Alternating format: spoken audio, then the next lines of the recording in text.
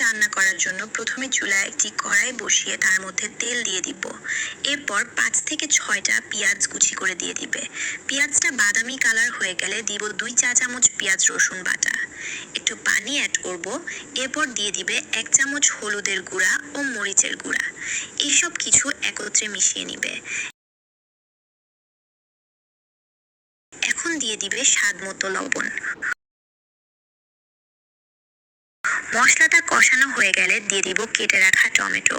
মশলার সাথে টমেটোগুলো ভালোভাবে মিশিয়ে নিবে।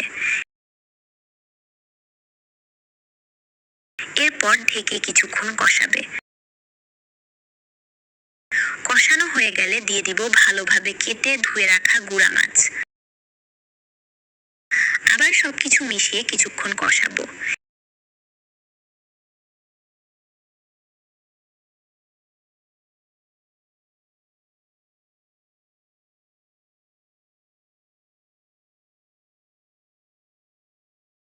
এরপর সিদ্ধ হওয়ার জন্য দিয়ে দিবে সামান্য একটু পানি। ফ্লেভারের জন্য কাঁচামরিচ খালি করে দিয়ে ঢেকে দিবে।